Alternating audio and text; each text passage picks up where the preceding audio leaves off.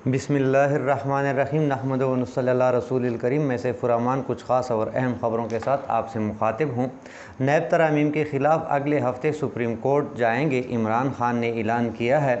क्योंकि नैब के जो हाथ पैर पाँव हैं वो सब कुछ काट दिया गया है और नैब को बिल्कुल हाथ पाँव बांध कर फेंक दिया गया है।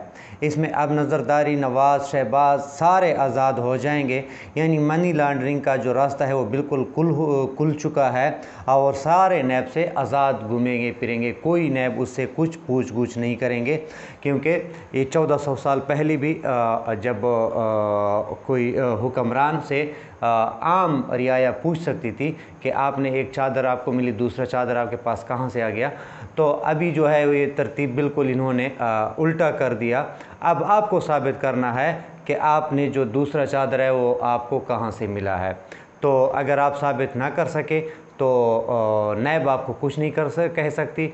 इसके अलावा जो है फिर 100 शहादतें और इस किस्म के, क्योंकि ख्वाजा साद रफ़ीक के जो गवाहान हैं उसके जो एविडेंस है वो 70-75 हैं और उसके लिए जो है कोई 100 चाहिए, इसलिए साद रफ़ीक को भी आज़ाद कर दिया गया है। तो इसलिए इमरान खान कह रहे हैं कि अगले हफ़्ते इंशाल्लाह मैं सुप्रीम कोर्ट जाऊंगा और ये जो नैब तरमीम है इसके ख़िलाफ़ जो है इंशाल्लाह सुप्रीम कोर्ट में मैं वो दायर करूंगा और उम्मीद है कि अच्छा फ़ैसला आएगा, पाकिस्तान के हक़ में आएगा।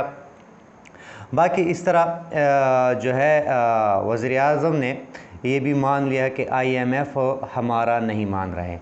IMF से हम डील कर रहे हैं, लेकिन हम IMF जो है वो हमारी बात नहीं मान रहे। क्यों नहीं मान रहे? क्योंकि उनको पता है कि ये हुकूमत जो है पता नहीं महीना चलेगी, 1.5 महीना चलेगी या ज़्यादा से ज़्यादा 5-6 महीने चलेगी। तो इसलिए IMF वाले जो है वो उसकी बात नहीं मान रहे हैं। इसके साथ साथ जो है महंगाई की जो पोजीशन है वो ये है कि पहले जिस घर का बजट 27 या 28 हज़ार में बनता था, तो हुकूमत पाकिस्तान, इमरान खान की हुकूमत उसको तकरीबन 12-14 हज़ार रुपये उसमें से देते थे। और अब ये बजट जो है अब तकरीबन 39 हज़ार में बन रहा है और हुकूमत जो दे रही है वो 2000 रुपया दे रहे हैं। 2000 रुपया दे रहे हैं। ये है शहबाज स्पीड का गरीबों के लिए बहुत बड़ा ऐलान, बहुत बड़ा पैकेज। इसके बाद आते हैं, इसी हफ्ते में खान साहब के साथ 2 जमातों ने इत्तेहाद कर लिया है। पहले मौलाना शेरानी साहब ने इत्तेहाद कर लिया और उसके साथ कुछ मुआहिदा तहरीरी तौर पर लिख दिया गया। अब मजलिस वहदतुल मुस्लिमीन का मुआहिदा हुआ, परसों की बात है। मैंने पिछली वीडियो में कहा भी था कि कुछ उलमा और बहुत सारे लोग PTI में शामिल होने आ रहे हैं और इत्तेहाद भी होता आ रहा है, इत्तेहाद भी हो रहा है। अब इस मुआहदे में जो नुकात हैं उसमें कुछ चीदा नुकात हैं जो मजलिस वहदतुल मुस्लिमीन के साथ हुए हैं। वो ये है कि आने वाले इलेक्शन में टिकट की तकसीम पर एक मुशावरत होगी। ये नहीं कि इमरान खान की टिकट वो तकसीम करेंगे, सिर्फ मुशावरत होगी। अब इसराइल को तकसीम करने के हवाले से क़ायद-ए-आज़म का फार्मूला होगा, इसके अलावा दूसरा फार्मूला काबिल कबूल नहीं होगा। क़ायद-ए-आज़म का फार्मूला क्या होगा? फ़लस्तीन को तस्लीम करो तब आपको तस्लीम करेंगे। इमरान खान भी यही कह रहे हैं। और जो ग़ुलामी है ये किसी सूरत किसी मुल्क की कबूल नहीं करेंगे। फ़ैसले इस्लामाबाद से होंगे, न कि बाहर ममालिक से, यानी आज़ाद ख़ारजा पॉलिसी पर ज़ोर दिया है।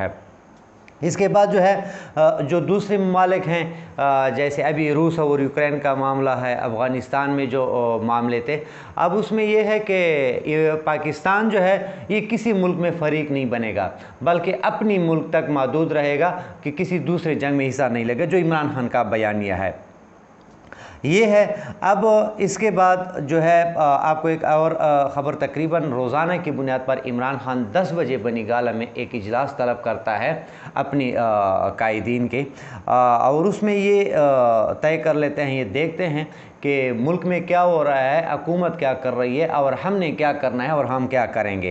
ये जो है एक बहुत अच्छी बात है, क्योंकि उसको जो है ना ख़ुद अपनी पार्टी पर में भी राय होगी کہ ہم نے کیا کرنا ہے، ایک مشورہ ہوتا ہے اور حکومت پر بھی نظر رکھتے ہیں کہ حکومت کیا کر رہی ہے۔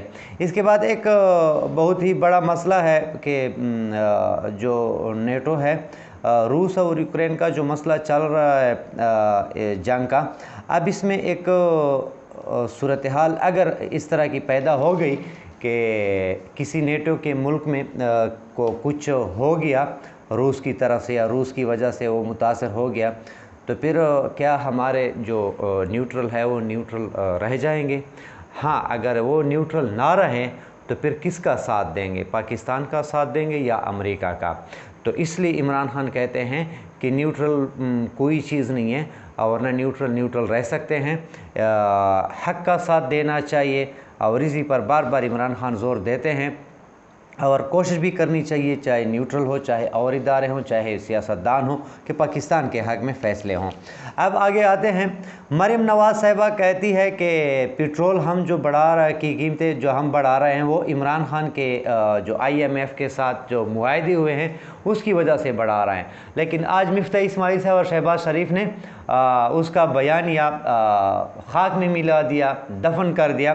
وہ مفتاح اسماعیل صاحب خود کہہ رہے ہیں کہ IMF کی وجہ سے ہم قیمتیں نہیں بڑھا رہے ہیں، بلکہ عالمی منڈی میں بڑھتی ہوئے ریٹوں کی وجہ سے، قیمتوں کی وجہ سے ہم قیمتیں بڑھا رہے ہیں۔ اب ایک پارٹی ہے، الگ الگ بیانیہ ہے، مریم نواز کچھ اور کہہ رہی ہے، شہباز شریف اور مفتاح اسماعیل صاحب کچھ اور کہہ رہے ہیں۔ وجہ کیا ہے؟ ان لوگوں کو کوئی پتہ نہیں چل رہا کہ ہم نے کیا کرنا ہے اور کیا کہنا ہے۔ IMF اس کو کچھ دیتا نہیں ہے، دوست ممالک نے بھی انکار کر دیا، وہ بھی کچھ نہیں دیتے۔ اب آگے آ جاتے ہیں، ایک انار سو بیمار والی بات ہے، سارے بس اپنے عہدوں کے لائنوں میں کڑے ہوئے ہیں، کوئی پتہ اس کو نہیں چلتا کریں تو کیا کریں، کوئی ڈائریکشن، کوئی راستہ، کوئی منزل نظر نہیں آ رہی۔ اب ان کا جانا تو ٹھہر چکا ہے، جائیں گے تو جائیں گے، لیکن کب جائیں گے اور کس طریقے سے جائیں گے کہ بگائیں گے؟ اب یہ کچھ وقت لگے گا، مطلب کچھ دن مہینے انتظار کریں گے۔